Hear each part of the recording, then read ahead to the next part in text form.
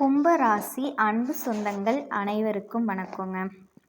எவ்வளவு பெரிய இக்கட்டான சூழ்நிலையாக இருந்தாலும் சரி, மனசாட்சிக்கு விரோதமான காரியத்தை ஒரு நாளும் செய்யாத கும்பராசிக்காரர்களே, நீங்கள் குடும்ப பெருமையை காப்பாற்ற பிறந்தவங்க, பெரியவங்களை மதிக்க தெரிஞ்சவங்க. உங்களை போல் ஒரு 4 பேர் நல்லவங்க இருக்கிறதுனால தான் மழை பெய்யுதுன்னு சொல்லுவாங்க இல்லையா, அதில் ஒருத்தங்க தாங்க நீங்கள். புரியுதுங்களா? இன்னும் சொல்லப்போனால் இனிமையான வார்த்தைகளால் இரும்பு கதவையுமே நம்மளால் உடைக்க முடியும் அப்படின்னு சொல்லக்கூடியவங்க, அதை நம்பக்கூடியவங்க, அன்பும் அணுகுமுறையும் கொண்டவங்க. சொல்லப்போனால் உங்களுக்கு அதிபதி சனி பகவானான்னு யோசிக்கக்கூடிய அளவுக்கு. ஏன்னா இவரை அதிபதியாக கொண்ட மகர ராசிக்காரங்க வெட்டு 1 துண்டு 2ன்னு பேசுவாங்க. ஆனால் இவரை அதிபதியாக கொண்ட கும்பராசிக்காரங்களும் எப்பவுமே இல்லாட்டி பக்குவமாக பேசுவாங்க. அடுத்தவங்க மனசு புண்படாதது போல் பேசுறது தாங்க கும்பத்தோட ப்ளஸ்ஸு. அதுவே உங்களுக்கு மைனஸும் கூட. எப்படி சொல்கிறேன்னு பார்க்குறீங்களா?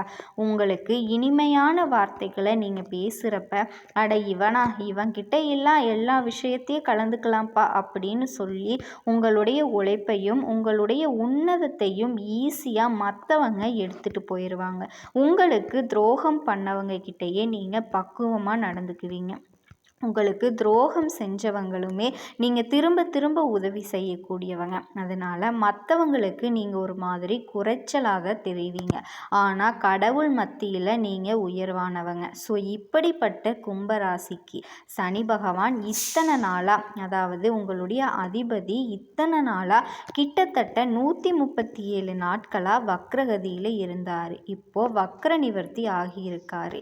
இது காரணமாக தான் இது நாள் வரைக்கும் நீங்கள் பட்ட கஷ்டங்களுக்கு இப்போ ஒரு விடிவு காலம் அப்படின்னு சொல்ல வந்திருக்கேங்க. அப்படிப்பட்ட பதிவாக தான் இருக்க போகுது. ஸோ இதனால் இந்த சனி பகவானினுடைய வக்ர நிவர்த்தியினால் உங்களுக்கு முதல்ல குடும்ப வாழ்க்கையை சொல்லிடுறேங்க. உங்களுடைய உடன்பிறப்புகள் இருக்காங்க இல்லையா, சகோதர சகோதரிகள் கிட்ட உங்களுக்கு இருந்த கருத்து வேறுபாடுகள் மறையுது, ஒற்றுமை பலப்படுது. அவங்களோட சேர்ந்து இனிய பயணங்கள் போயிட்டு வருவீங்க. உங்களினுடைய ஆற்றல் அதிகமாகுது. பகைவர்களை வெற்றி கொள்வீங்க. உடல் நலம் சீராகுதுங்க.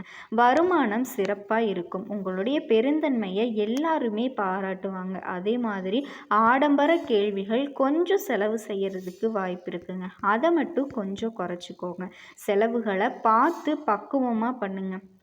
சில நேரம் யோசிக்காமல் வம்பு வழக்கில் மாட்டிக்கிறதுக்கு வாய்ப்பு இருக்குது. இதனால் நாவடக்கம் ரொம்ப ரொம்ப முக்கியங்க. யாகாவர் ஆயினும் நாகாக்க அப்படின்னு அந்த வள்ளுவருடைய வாய்மொழியை கொஞ்சம் நினைவில் வச்சுக்கோங்க. அது நலம் தருங்க.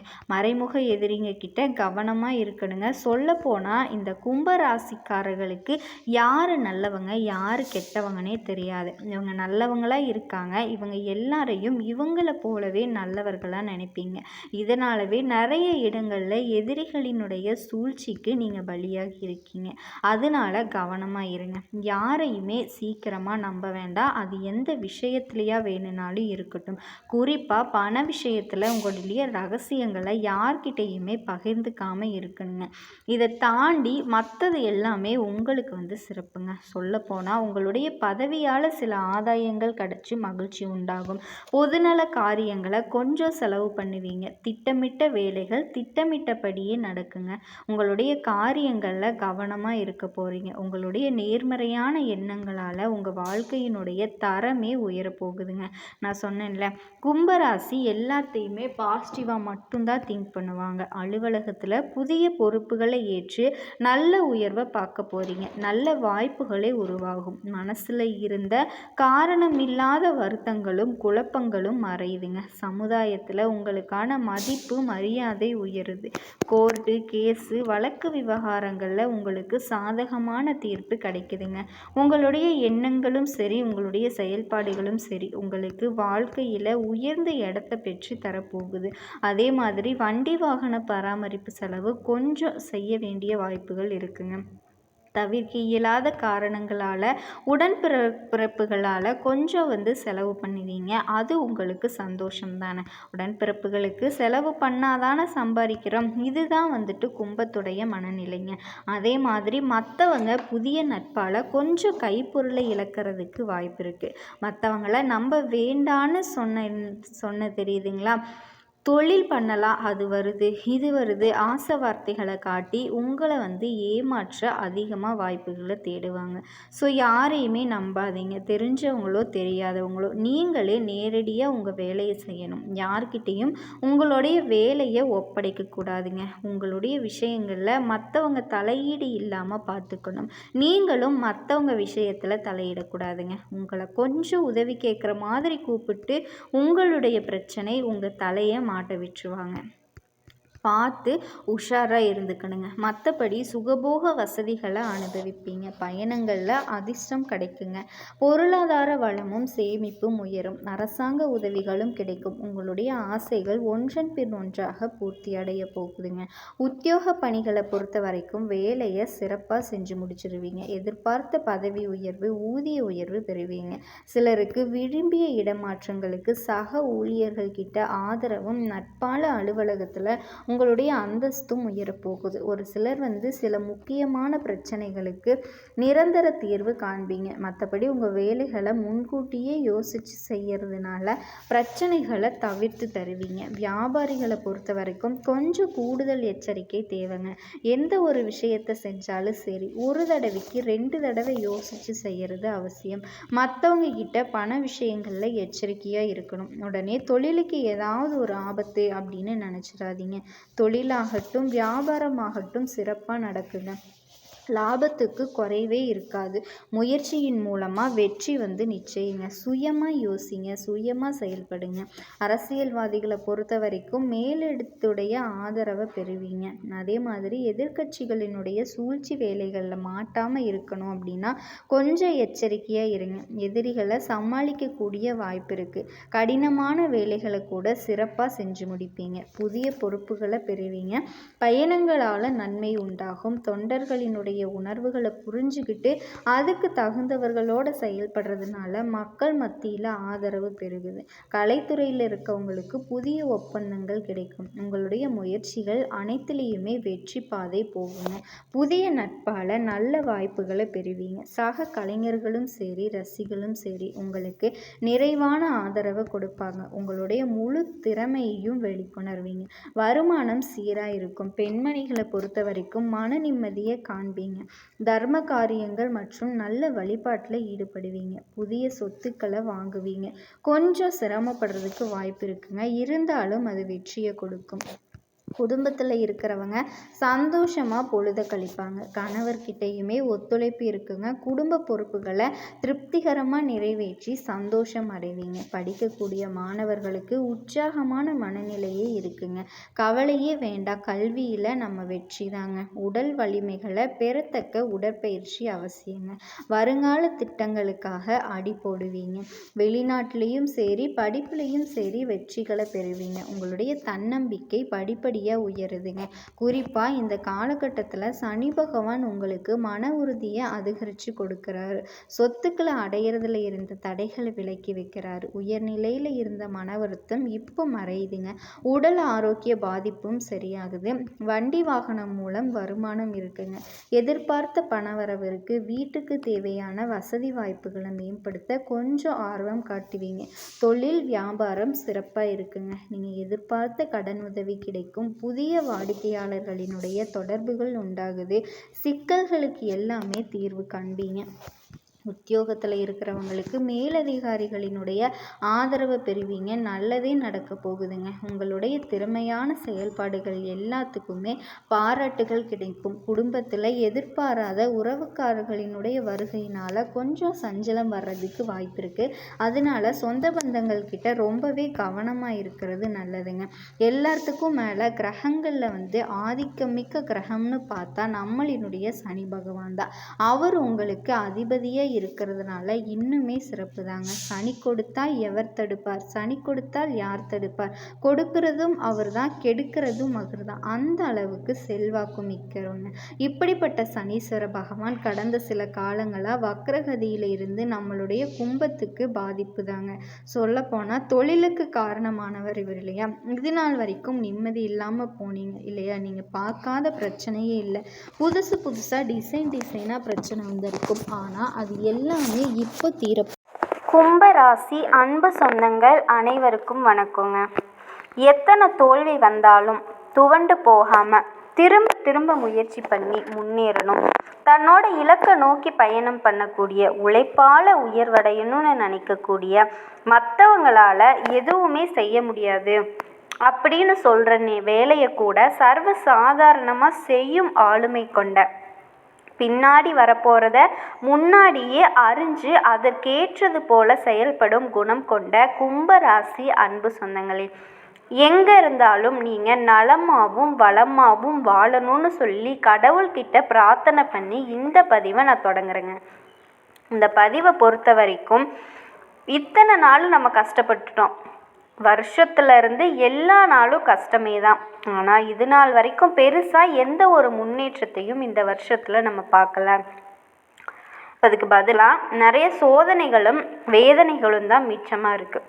சொல்லப்போனால் நமக்குள்ளேயே பயம் இருக்குது.